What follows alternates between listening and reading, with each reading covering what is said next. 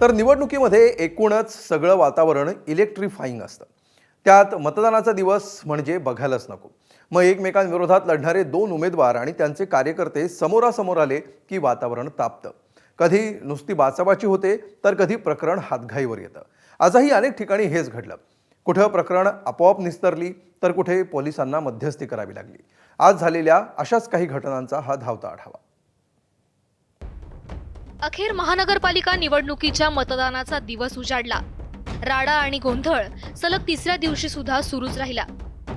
अनेक ठिकाणी एकीकडे मतदारांचं वोटिंग सुरू होतं तर दुसरीकडे कार्यकर्त्यांचं फायटिंग. सकाळी मतदान सुरू झाल्यापासून संध्याकाळी मतदान संपेपर्यंत विविध भागातून गोंधळाच्या बातम्या येऊन धडकत होत्या.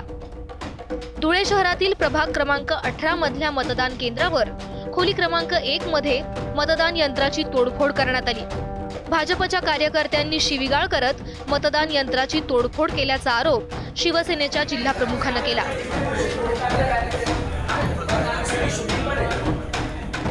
वसई विरारमध्ये बहुजन विकास आघाडी आणि भाजपमधील संघर्ष सुरूच होता. बवियाच्या बूथवर दोन्ही पक्षांचे कार्यकर्ते भिडले. अखेर पोलिसांना हस्तक्षेप करावा लागला.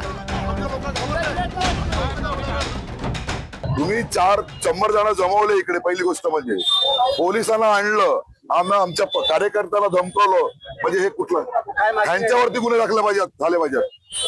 पहिले आम्ही इकडे कोण होतो का? आम्ही इथे कोण होतो? ते आमचे 4 लोक इथे बसलेली होती. लोकांना एक नागरिकांना व्यवस्थित सांगत होते समजून ते की हे मशीन आहे, या मशीनमध्ये 2 बटणं इथे 2 बटणं इथे. हे लोकांना समजवत कारण लोकांना काहीच कळत नाही या ठिकाणी. दुसरं काय केलं त्यांनी? सुरुवातीला एक 10 जण आले, नंतर 20-25 जण आले. ते उचलायचंच नाही, चुकीचं आहे सगळं. शिवीगाळ वगैरे केली ना तुम्ही. लोकशाही हुकुमशाही चालू आहे, दादागिरी करतायत. अरे आम्ही इथं 4 जण बसलो, इथं कोण आहे? आणि गेली 40 वर्ष आमच्या इथं बूथ पहिल्यांदा असं झालेलं आहे. 40 वर्षापासून आम्ही याच पक्षाचं बूथ इथं लावता. आमच्या इथं कधी कुठली तक्रार झालेली नाही. आज पहिल्यांदा भाजपवाले आले आणि आम्हाला दम वगैरे दिली, शिवीगाळ केली. नागपूरच्या प्रभाग क्रमांक 1 मधील मार्टिन नगर परिसरात काँग्रेसच्या बूथवर संध्याकाळी अज्ञातांनी तोडफोड केली. 2 मोटारसायकलवरून आलेल्या 4 जणांनी लाथा मारून टेबल खुर्च्या फेकून दिल्या. मुंबईच्या कुर्ला पूर्व भागातल्या पंत वालावलकर शाळेत मतदान केंद्रावर गोंधळ झाला. काही मतदारांची नावं, केंद्र आणि बूथ बदलल्यानं गोंधळ वाढला. निवडणूक कर्मचारी सहकार्य करत नसल्याचा आरोप मतदारांनी केला. अमरावतीमध्ये प्रभाग क्रमांक 17 मध्ये ईव्हीएम बंद पडलं. ते मशीन तात्काळ का बदललं नाही असा सवाल विचारत शिवसेना उमेदवारानं मतदान केंद्रात राडा घातला. अखेर पोलिसांना मध्यस्थी करत सर्वांना मतदान केंद्राच्या बाहेर काढावं लागलं.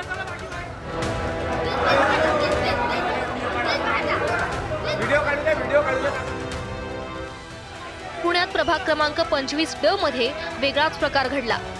राष्ट्रवादीचं बटन दाबल्यानंतर मतदान होत नसल्याचा आरोप करत उमेदवारांनी गोंधळ घातला. मत भाजपला जातंय असा दावा केल्यानंतर ते मतदान राखीव ठेवण्याचा निर्णय निवडणूक निर्णय अधिकाऱ्यांनी घेतला. पुण्यात प्रभाग क्रमांक 33 मध्ये धायरी गावात भाजपचे किशोर पोकळे आणि अपक्ष राहुल पोकळे यांच्यात झुंबली. पैसे वाटपावरून गोष्टी मारहाणीपर्यंत पोहोचल्या. चंद्रपुरात नेहरू शाळा मतदान केंद्राच्या परिसरात शिवसेना आणि भाजप बंडखोर उमेदवारांच्या समर्थकांमध्ये झुंपली. मतदारांना प्रलोभनावरून राडा झाला. जमाव पांगवण्यासाठी पोलिसांना सौम्य लाठीचार्ज करावा लागला. पैसे वाटप, राड्याचे प्रकार घडले. काही जीवही गमावले. अखेर महानगरपालिका निवडणुकीचा सर्वात मोठा टप्पा संपला. आता लक्ष निकालाकडे असेल. निकाल मान्य करून सगळे उमेदवार कामाला लागतील. पुढची 5 वर्ष जनतेच्या सेवेत घालवतील अशी आशा. ब्युरो रिपोर्ट, एबीपी माझा. तर महापालिका निवडणुकीच्या रणधुमाळीमध्ये नेते मंडळींनी जोरदार प्रचार केला. या प्रचारानंतर आज मतदाना दिवशी सुद्धा या नेते मंडळींनी उत्साहात मतदान केलं. पाहूया नेते मंडळींच्या मतदानाची ही खास दृश्य.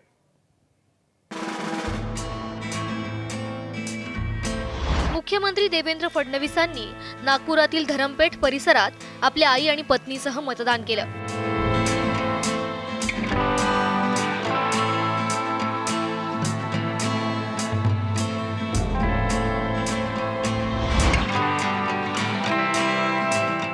नागपुरात केंद्रीय मंत्री नितीन गडकरींनीही बोटाला शाई लावली. गडकरींनी न्यू इंग्लिश स्कूल मधल्या मतदान केंद्रावर जात पत्नी कांचन गडकरींसह मतदान केलं.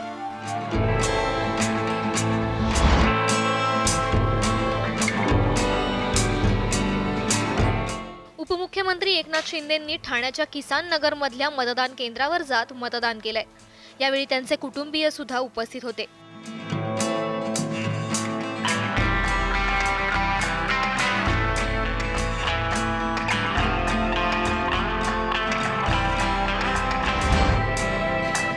मुंबईत ठाकरे बंधूंनी आपला मतदानाचा हक्क बजावला.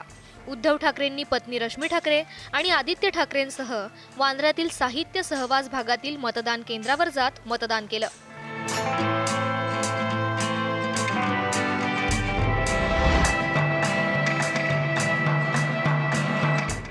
तर राज ठाकरेंनी दादरमध्येच आपलं मत नोंदवलं.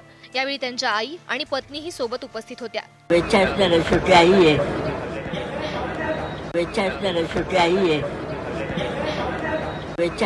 शेवटी आई आहे. भाजपच्या मुंबईतील नेत्यांनीही लोकशाहीच्या या उत्सवात सहभाग घेतलाय. प्रवीण दरेकरांचे बंधू आणि किरीट सोमय्या यांचा मुलगा निवडणुकीच्या रिंगणात असल्यानं दोघांमध्येही मतदान करताना वेगळाच उत्साह पाहायला मिळाला. 25 वर्षाचा उद्धव ठाकरे सेना आणि त्या कॉन्ट्रॅक्टरचा माफिया राजचा अंत दिसत आहे. उद्या संध्याकाळपासून मनसे असो किंवा उभाटा असो त्यांच्या राजकीय पक्षाचा अंताची सुरुवात.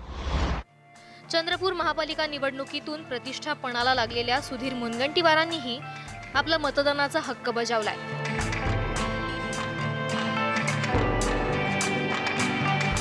छत्रपती संभाजीनगरमध्ये ठाकरे सेनेच्या अंबादास दानवेंनी मतदान केलं. ब्युरो रिपोर्ट, एबीपी माझा. एबीपी माझा, उघडा डोळे बघा नीट.